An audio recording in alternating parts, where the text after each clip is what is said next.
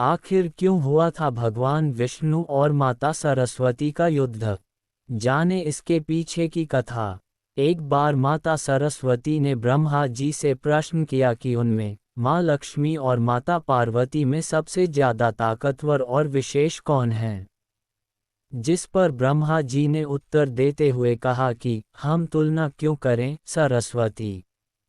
भृगु ने भी त्रिदेव का आकलन करने का प्रयास किया था किंतु उसका अंत अच्छा नहीं हुआ। आप तीनों शक्ति की विभिन्न आयाम हैं। प्रकृति की जननी और सृष्टि को ज्ञान की आवश्यकता है जिसके कारण आप मेरी पत्नी हैं।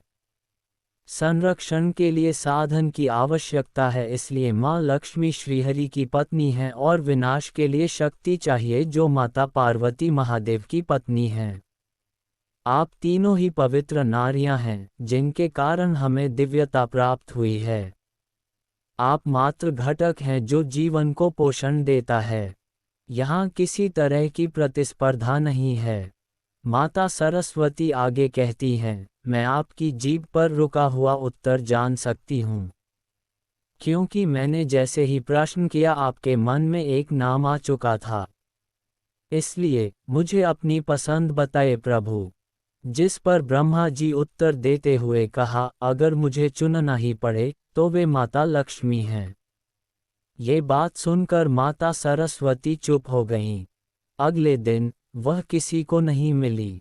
ब्रह्मा जी ने ऊपर नीचे सब जगह खोजा किंतु कुछ पता नहीं लगा। देवी ने देवता को त्याग दिया था। कई दिनों के बाद सभी देवता भूलोक पर प्रकट हुए। ब्रह्मा जी एक यज्ञ कर रहे थे और देवतागण उस यज्ञ में भाग लेने के लिए सम्मिलित हुए थे। यज्ञ वेदी का निर्माण सप्तकोणीय तारे के रूप में किया गया था, जिसके प्रत्येक कोण पर एक एक सप्तऋषि विराजमान थे। गंगा तट से जल और इंद्र के उद्यान से पुष्प लाए गए थे। अग्निदेव वेदी को प्रज्वलित कर रहे थे और वायुदेव अग्नि की लपटों का पोषण कर रहे थे। विष्णु जी अपना शंख और शिव डमरू बजा रहे थे। नारद जी ने मंत्र जपना शुरू ही किया था कि वे स्तंभित हो गए।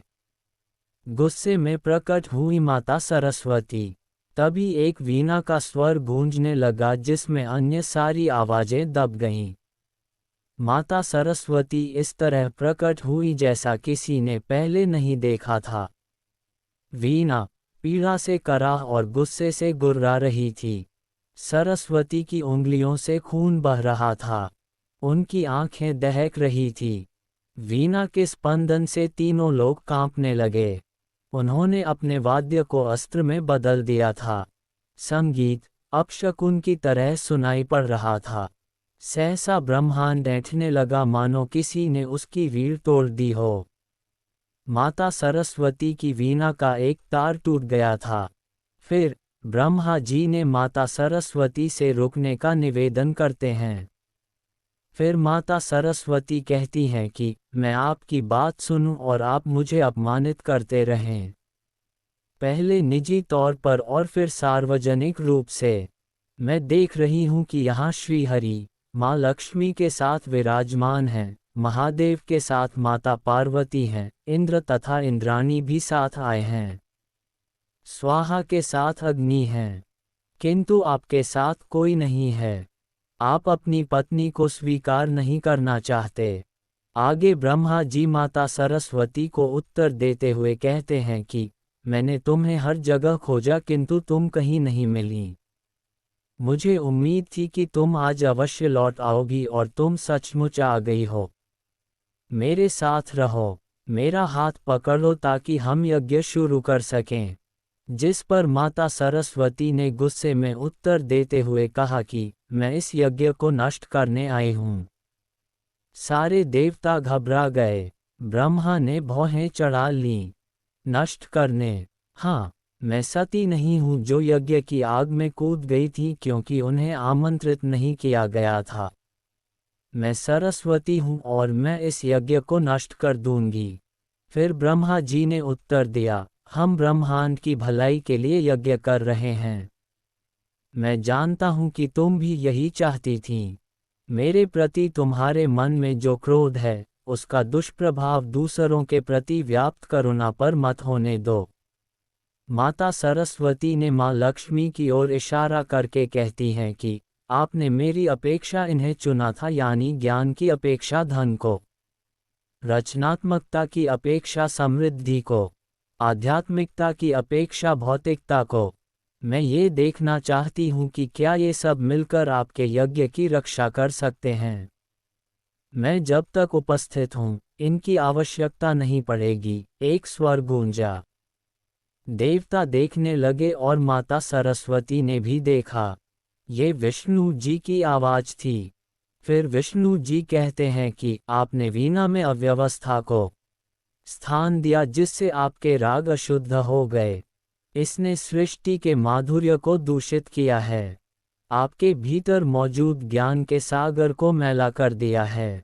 आप कल्याणकारी यज्ञ को संकट में डालने जा रही हैं और मैं आपको इसकी अनुमति नहीं दूंगा।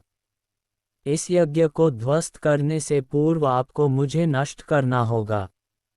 माता सरस्वती को आया क्रोध।